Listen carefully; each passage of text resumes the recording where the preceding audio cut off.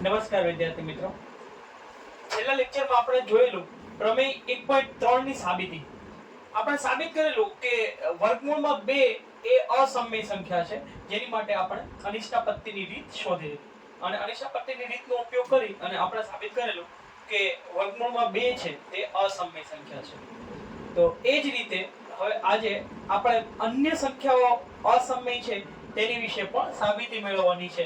તો સૌપ્રથમ આપણે ઉદાહરણ ક્રમાંક 5 ગણીશું અને એ રીતે એક દાખલાની આપણે અસમમિત છે તેની સાબિતી મેળવીશું. તો ઉદાહરણ 5 આ રીતે આપણને આપેલું છે. આપણે લખીએ ઉદાહરણ 5, સાબિત કરો કે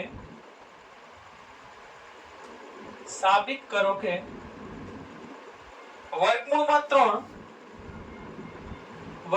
3 એ અસમમિત છે. તો આપણે ફરી વખત અનિષ્ટાપત્તિની રીતનો ઉપયોગ કરીને સાબિત કરવાનું છે કે વર્ગમૂળમાં 3 જે છે તે અસમમિત સંખ્યા છે. તો આપણે ફરીથી આની પહેલા આપણે જે પ્રમેય ભણ્યું તેના આધારે ફરીથી આપણે વર્ગમૂળમાં 3 સાબિત કરી. અનિષ્ટાપત્તિની રીત આપણને કહે છે કે જે સંખ્યા આપણને જે વિધાન આપેલું છે તેના કરતા આપણે વિરુદ્ધ વિધાન ધારવાનું છે. એટલે કે ધારો કે મને અહીં આપેલું છે કે સાબિત કરો કે વર્ગમૂળમાં 3 અસમમિત છે, તો હું એના કરતા ઉલટું ધારીશ કે ધારો કે વર્ગમૂળમાં 3 જે છે તે સમમિત સંખ્યા છે. તો આપણે લખીએ કે ધારો કે વર્ગમૂળમાં 3 એ સમમિત સંખ્યા છે. જો આવું હોય તો વિદ્યાર્થી મિત્રો ફરીથી યાદ કરો કે આપણે કોઈ પણ સમમિત સંખ્યાને p ના છેદમાં q સ્વરૂપમાં લખી શકીએ અને જો આ p ના છેદમાં q ને એક કરતા કોઈ બીજા પણ અવયવો હોય તો એ અવયવો વડે આપણે એનો જો સામાન્યીકરણ કરીએ તો કોઈ પણ સમમિત સંખ્યાને આપણે a ના છેદમાં b સ્વરૂપમાં લખી શકીએ. એટલે કે a અને b એના હવે એક સિવાય અન્ય કોઈ સામાન્ય અવયવો નથી, એ રીતે આપણે એને દર્શાવી શકીએ. એટલે કે આપણે છેદ ઉડાડીને p ના છેદમાં q ને આપણે છેદ ઉડાડીને a ના છેદમાં b સ્વરૂપમાં લખી શકીએ. જો આવું હોય તો આપણે લખી શકીએ કે તેથી a ને જો સૂત્રનો હું કરતા બનાવું તો b જે છે તે સામેની બાજુ જઈને બરાબરની સામેની બાજુ જઈને ગુણાશે. તેથી a બરાબર મને મળશે વર્ગમૂળમાં 3 b ગુણ્યા b. બંને બાજુ વર્ગ લેતા આપણે બંને બાજુ વર્ગ કરીએ તો બંને બાજુ વર્ગ લેતા આપણને જવાબ મળશે a² બરાબર 3b². વર્ગમૂળનો વર્ગ કરતા વર્ગમૂળ જે છે તે નીકળી જશે, કેમ કે વર્ગમૂળ અને વર્ગ બંને એકબીજાની વ્યસ્ત પ્રક્રિયાઓ છે. તો a² બરાબર મને મળશે 3b². તો b² બરાબર લખી શકાય b² બરાબર a² ના છેદમાં 3. તો આ જે આપણને સમીકરણ મળે છે b² બરાબર a² ના છેદમાં 3, તેના પરથી આપણે કહી શકીએ કે a² જે છે તે 3 વડે વિભાજ્ય છે. જો આવું હોય તો પ્રમેય 1.2 થી આપણે કહી શકીએ 1.2 પરથી આપણે કહીએ કે a પણ 3 વડે વિભાજ્ય હશે. તો આપણે લખીએ કે પ્રમેય 1.2 પરથી કહી શકાય કે a² એ 3 વડે વિભાજ્ય હોય તો a પણ 3 વડે વિભાજ્ય હોય.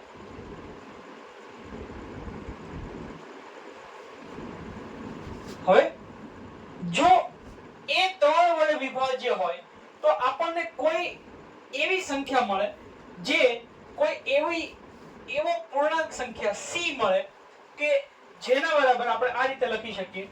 તો આપણે લખીએ કે કોઈ પૂર્ણાંક c માટે આપણે લખી શકીએ કે a બરાબર 3c.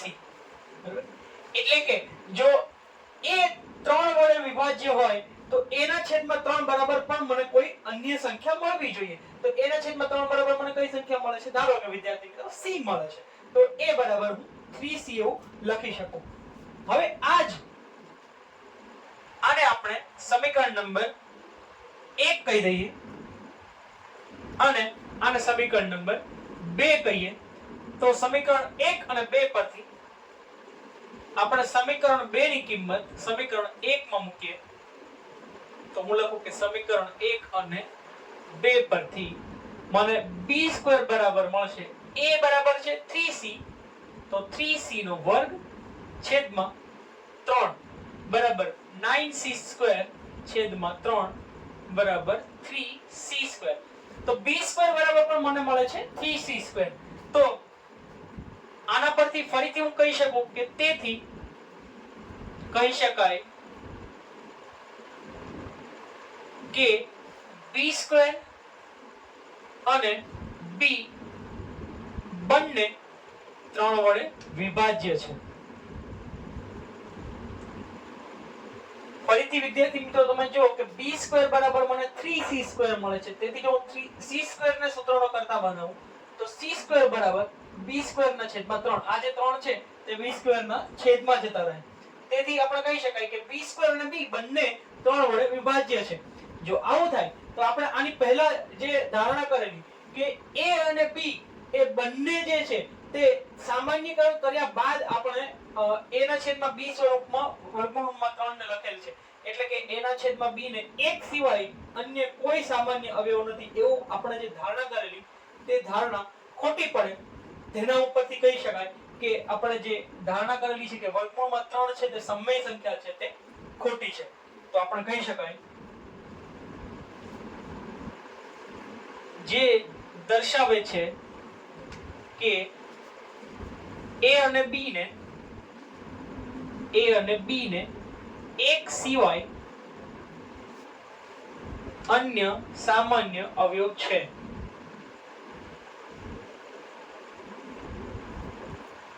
જેથી વર્ગમૂળમાં 3 સમય છે તે ધારણા ખોટી છે. તેથી આપણે કહી શકીએ કે વર્ગમૂળમાં 3 જે છે એ અસમય સંખ્યા છે.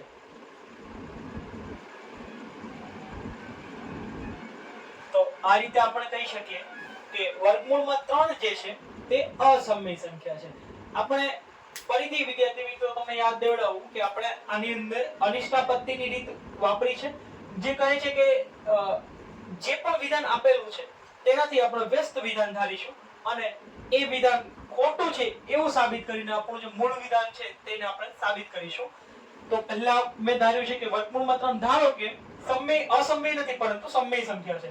જો એવું હોય તો એને p ના છેદમાં q સ્વરૂપમાં લખી શકાય અને જો p અને q બંનેને એક સિવાય પણ અન્ય કોઈ અવયવ હોય તો એ અવયવોને આપણે એ અવયવો વડે આપણે જેનું સામાન્યીકરણ કરીએ એટલે કે છેદ ઉડાડીએ તો a ના છેદમાં b એવું મને ધારો કે મળે. તેથી કહી શકાય કે હવે a ના છેદમાં b જે મને મળે છે તે સામાન્યીકરણ કર્યા બાદ અપૂર્ણાંક મળેલો છે. તેથી a અને b ને એક સિવાય અન્ય કોઈ સામાન્ય અવયવ નથી. પરંતુ આખા આપણે જે સાબિતી મેળવી તેના ઉપરથી આપણે કહી શકીએ કે a અને b બંનેને 3 પણ એક સામાન્ય અવયવ મળે છે જે શક્ય નથી. કારણ કે આપણે શરૂઆતમાં ધારેલું કે a ના છેદમાં b એ તો સામાન્યીકરણ કર્યા બાદ મેળવેલ સંખ્યા છે એટલે કે એને એક પણ અવયવ એક સિવાય અન્ય કોઈ અવયવ એને છે નહીં. તો એ ધારણા આપણી અહીં ખોટી પડે. તેથી આપણે કહી શકીએ કે વર્ગમૂળમાં 3 જે છે તે ખરેખર તો અસમય સંખ્યા છે. આ ઉદાહરણ બાદ આપણે બે અગત્યના પરિણામો અથવા તો બે અગત્યની નોંધ આપણે જોવાની છે જે એવું કહે છે કે આપેલ અસમય સંખ્યાની સાથે જો કોઈ પૂર્ણાંક સંખ્યાની સરવાળો કે બાદબાકી કરવામાં આવે તો જવાબ જે સંખ્યા મળે તે પણ મને અસમય સંખ્યા મળશે. અને એ જ રીતે કોઈ પૂર્ણાંક સંખ્યાનો ગુણાકાર કે ભાગાકાર જો અસમય સંખ્યા સાથે કરવામાં આવે તો તે પણ મને હંમેશા અસમય સંખ્યા જ આપશે. તો આપણે નોંધ કરીને આપણે બે અગત્યના પરિણામો લખીશું.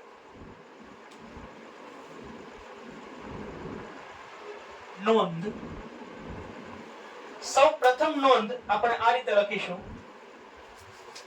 સૌ પ્રથમ નોંધ છે સમમેય અને અસમમેય સંખ્યાઓના સરવાળો અને બાદબાકી પણ અસમમેય હોય છે.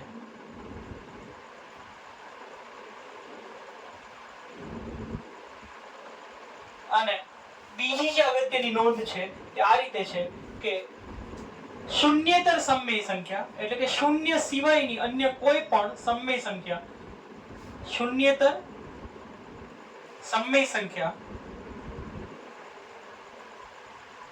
અને અસમમેય સંખ્યાઓના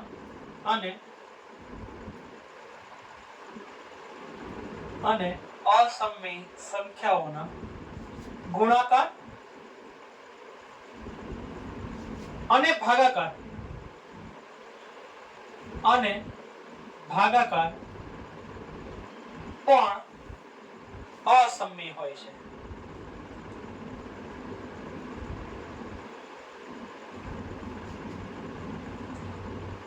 આ અગત્યની બીજી નોંધ છે. એટલે કે કુલ બે નોંધને આપણે ધ્યાનમાં લઈશું. સૌપ્રથમ નોંધ છે કે જો આપણે એક સમમેય અને એક અસમમેય સંખ્યાનો સરવાળો અથવા તો બાદબાકી લઈએ તો એ પણ આપણને અસમમેય મળશે અને એ જ રીતે એના ગુણાકાર કે ભાગાકાર પણ આપણને અસમમેય મળશે.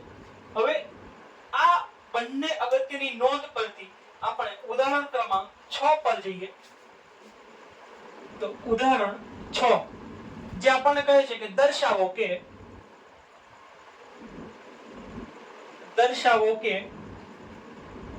5 માઈનસ વર્ગમૂળમાં 3 એ અસમમેય સંખ્યા છે. એ અસમમેય છે જે આપણે દર્શાવવાનું છે.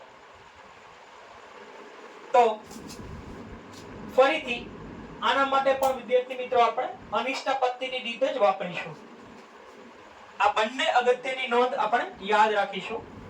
હવે અહીં તમે જોઈ શકો કે ઉદાહરણ 6 ની અંદર 5 માઈનસ વર્ગમૂળમાં 3 આપેલું છે. 5 જે છે તે સમમેય સંખ્યા છે, પરંતુ વર્ગમૂળમાં 3 જે છે તે અસમમેય સંખ્યા છે જે આપણે જાણીએ છીએ. તો સાબિત આપણે એવું કરવાનું છે કે 5 માઈનસ વર્ગમૂળમાં 3 જે છે તે અસમમેય સંખ્યા છે. હમણાં જ આપણે જે નોંધ લખી તેના બરાબર સમમેય સંખ્યા અને અસમમેય સંખ્યાના સરવાળા અને બાદબાકી પણ અસમમેય હોય છે. તો આ પણ અસમમેય છે. તો એ સાબિત કરવા માટે ફરીથી આપણે અનિષ્ટા પદ્ધતિની રીત વાપરીએ. તો આપણે લખીએ કે ધારો કે 5 માઈનસ વર્ગમૂળમાં 3 એ સમમેય સંખ્યા છે. જો સમમેય સંખ્યા હોય તો આગળના ઉદાહરણની જેમ જ આપણે તેને a ના છેદમાં b સ્વરૂપમાં લખી શકીએ. જ્યાં ફરીથી યાદ દેવડાવો વિદ્યાર્થી મિત્રો કે a અને b એ p ના છેદમાં q ને સામાન્યીકરણ કર્યા બાદ લખેલી સંખ્યા છે, જે દર્શાવે છે કે a અને b ને એક સિવાય અન્ય કોઈ પણ સામાન્ય અવયવ નથી અને a અને b બંને પૂર્ણાંકો છે. તો હું આ રીતે લખું કે 5 માઈનસ વર્ગમૂળમાં 3 બરાબર a ના છેદમાં b. હવે જો વર્ગમૂળમાં 3 ને સૂત્રનો કરતા બનાવું એટલે કે વર્ગમૂળમાં 3 ને બરાબરની સામેની બાજુ લઈ જાઓ અને a ના છેદમાં b ને બરાબરની આ બાજુ લઈ આવો તો મને આવું મળશે. તેથી હું લખી શકું 5 માઈનસ a ના છેદમાં b બરાબર વર્ગમૂળમાં 3. હંમેશા યાદ રાખજો વિદ્યાર્થી મિત્રો કે જ્યારે પણ ઋણ સંખ્યા ને આપણે બરાબરની સામેની બાજુ લઈ જઈએ તો તે ધન થઈ જાય. તેથી વર્ગમૂળમાં 3 જે છે તે અહીં ઋણ હતા તે સામેની બાજુ જઈને ધન થઈ ગયા છે અને જે બરાબરની પહેલી બાજુ જે સંખ્યા ધન હોય તેને બરાબરની આ બાજુ લાવતા તે ઋણ બની જશે. તેથી a ના છેદમાં b જે અહીં ધન હતી તેને બરાબરની આ બાજુ લાવતા તે ઋણ બની ગઈ છે. તમે જોઈ શકો કે ઋણ a ના છેદમાં b એવું તમને અહીં બતાવેલું છે. તો આપણે ચોકડી ગુણાકાર કરીએ તો હું લખી શકું 5 નો ગુણાકાર p સાથે થશે તો 5b માઈનસ a ના છેદમાં b બરાબર વર્ગમૂળમાં 3. હવે આપણે જાણીએ છીએ કે a અને b તે બંને પૂર્ણાંક સંખ્યાઓ છે અથવા તો સમમેય સંખ્યાઓ છે. તેથી આ સમગ્ર અપૂર્ણાંક પણ મને જે મળે છે તે પણ કેવો હશે? સમમેય હશે. તો હું લખું પરંતુ a અને b સમમેય સંખ્યા છે.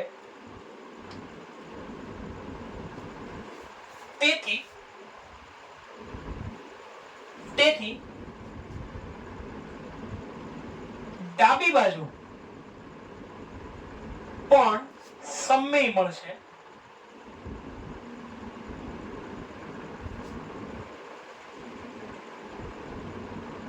પરંતુ જમણી બાજુ મને વર્ગમૂળમાં 3 મળેલ છે જે અસમમેય છે. તેથી વિરોધાભાસ ઉદ્ભવે છે.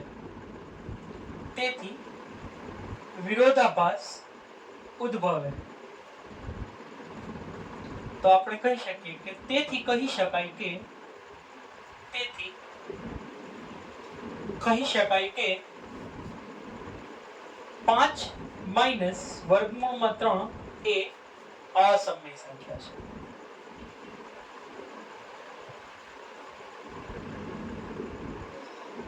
તો આ રીતે આપણે સાબિત કરી શકીએ મિત્રો કે 5 માઈનસ વર્ગમૂળમાં 3 પણ એક અસમમેય સંખ્યા છે. તે પણ સમમેય સંખ્યા નથી અને તેના માટે પણ આપણે આ રીતે અનિષ્ટાપત્તિની રીત જે છે તે વાપરી શકીએ. હવે છેલ્લું જે ઉદાહરણ છે ઉદાહરણ ક્રમાંક 7 તે તમે વિદ્યાર્થી મિત્રો જાતે ગણવાની કોશિશ કરી શકો. આભાર.